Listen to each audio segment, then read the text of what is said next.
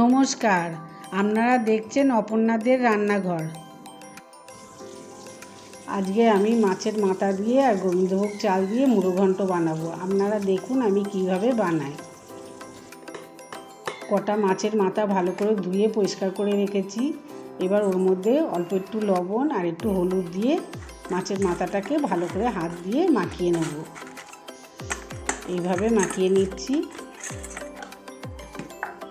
মাখানো হয়ে গেছে। এবার গ্যাস ধরিয়ে কড়া বসিয়ে দিলাম। কড়াটা গরম হোক। অল্প একটু তেল, সাদা তেল আর একটু ঘি দিচ্ছি।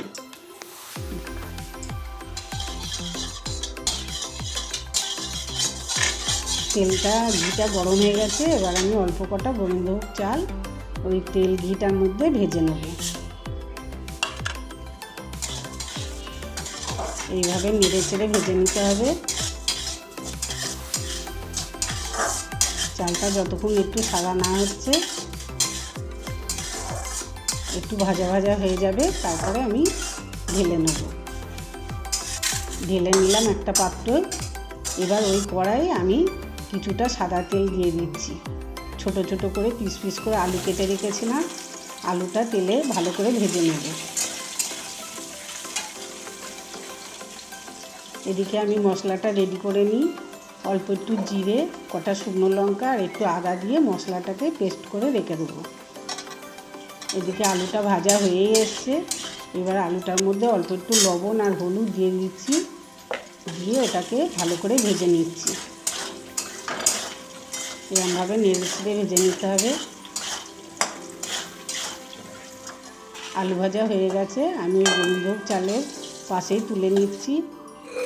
এবার ওই কড়াই আমি মাছের মাথাগুলো ভেজে নেব। অল্প অল্প করে দেবো, একবারে সব দেবো না।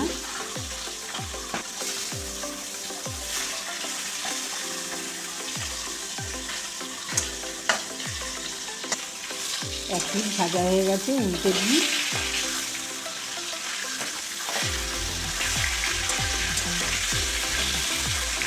এরকম লাল লাল করে ভেজে নিতে হবে। ভাজা হয়ে গেছে। আমি একটা পাত্রে মাছের মাথাগুলো তুলে নিচ্ছি।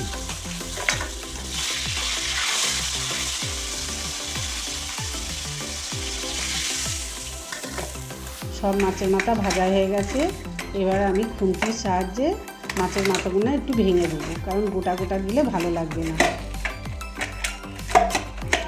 মাছের মাথা ভাঙা হয়ে গেছে। এবার আমি তেলের উপরে ফোড়ন দিচ্ছি। কটা তেজপাতা, দুটো শুকনো লঙ্কা, একটু গোটা গরম মশলা আর একটু জিরে দিয়ে ফোড়ন দিচ্ছি। এগুলো একটু ভেজে নিচ্ছি।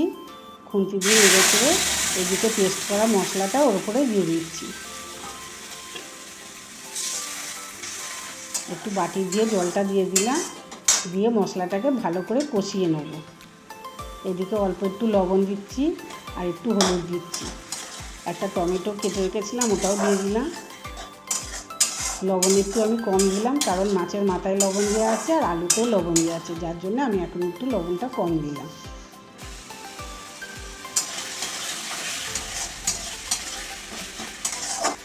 মশলাটা কষানো হয়ে এসছে। এবার আমি মাছের মাথাগুলো ওর উপরে দিয়ে দিচ্ছি। দিয়ে ভালো করে কষিয়ে নেব মাছের মাথা দিয়ে আর মশলা দিয়ে।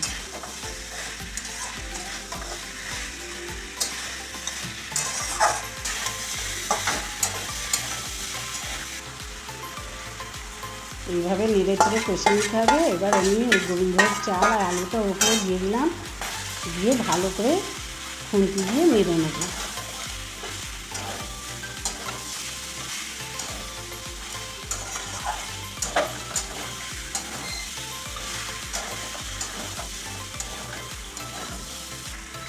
এটাকে একভাবে নাড়তে হবে, নাহলে লেগে যাবে।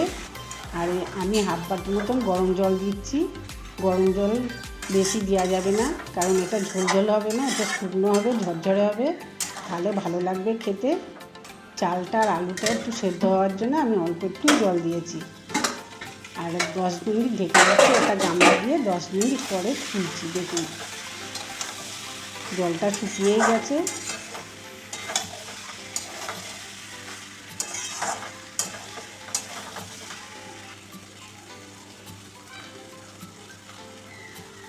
একটা চাল টিপে দেখাচ্ছি, দেখুন চাল নরম হয়ে গেছে। এবার আমি এটার মধ্যে 2 চামচ চিনি দিয়ে দিচ্ছি, আর 1 চামচ ঘি দিচ্ছি, আর দেবো একটু গরম মশলা দিয়ে ওনাকে ভালো করে মিশিয়ে নেব।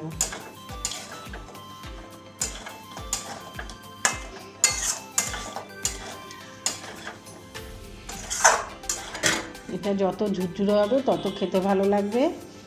5 মিনিটের জন্য আমি গামলা দিয়ে ঢেকে দিলাম, গ্যাসটা কমিয়ে। 5 মিনিট হয়ে গেছে, দেখুন কি সুন্দর হয়েছে, একদমই ঝুরঝুরে হয়ে গেছে।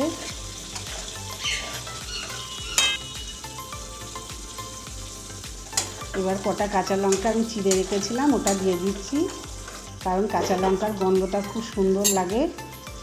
সবারই লাস্টে দিয়ে আমি নামিয়ে নিচ্ছি। পরিবেশন করার জন্যে মুড়ো ঘন্ট রেডি।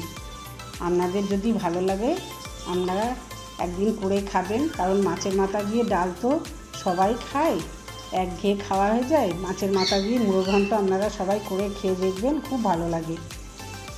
ভালো যদি লাগে একটা লাইক দেবেন আর সবারই সাথে শেয়ার করবেন।